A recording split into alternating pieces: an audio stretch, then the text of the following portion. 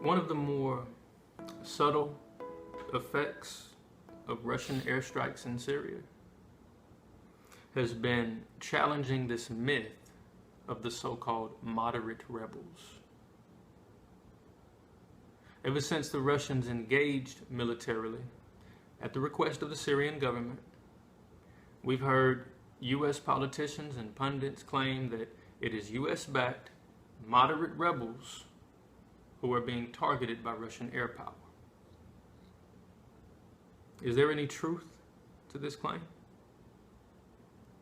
The answer is some. U.S.-backed? Yes. Moderate rebels? No. Let us first be clear as to the stated and proven aims of the global powers involved in the conflict. The United States' primary objective remains the overthrow of the secular independent government of Syria, which is why the last year's worth of U.S. military action, illegal, has resulted in more territorial gains for ISIS and more destruction of civilian infrastructure. U.S. foreign policy, both historically and present day, is one of inflicting terror, not fighting it.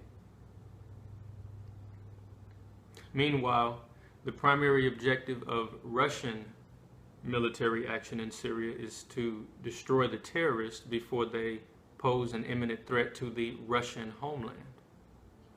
In order to accomplish this, Moscow is providing air cover for the Syrian Arab Army, who, along with Hezbollah and other allied forces, have been most effective in the ground fight against terrorism.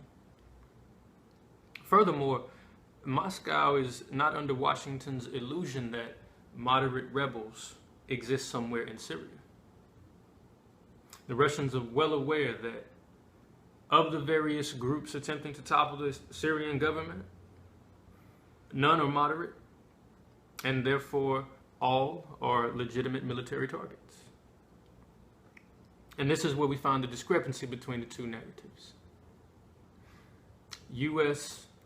policy, official U.S. policy towards Syria has been to degrade ISIS from the air while training moderate rebels to fight them on the ground.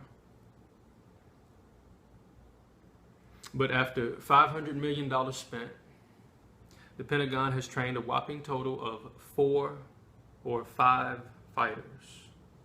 Let that marinate. Unofficial U.S. policy, however, has been much more robust. Thousands of the terrorists sent into Syria were trained by the CIA. Arms and equipment as well were provided by the CIA, which helps to explain the tragic justice of what occurred in Benghazi, Libya, 2012, September.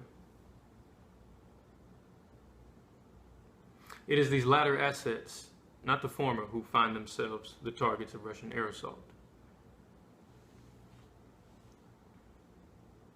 Simply put, for as long as another U.S. invasion remains politically untenable, Washington seeks to preserve a local ground force of extremists that it can wield toward its geopolitical aims in the region. Hence the desperation of American propagandists to convince us of the distinction between good terrorists and bad terrorists. Meanwhile, Moscow makes no such distinction. Whether it's Daesh or Jabhat al-Nusra or the Army of Conquest, as far as the Kremlin is concerned, a terrorist is a terrorist is a terrorist. And may the Russian Air Force continue to treat them heathens accordingly.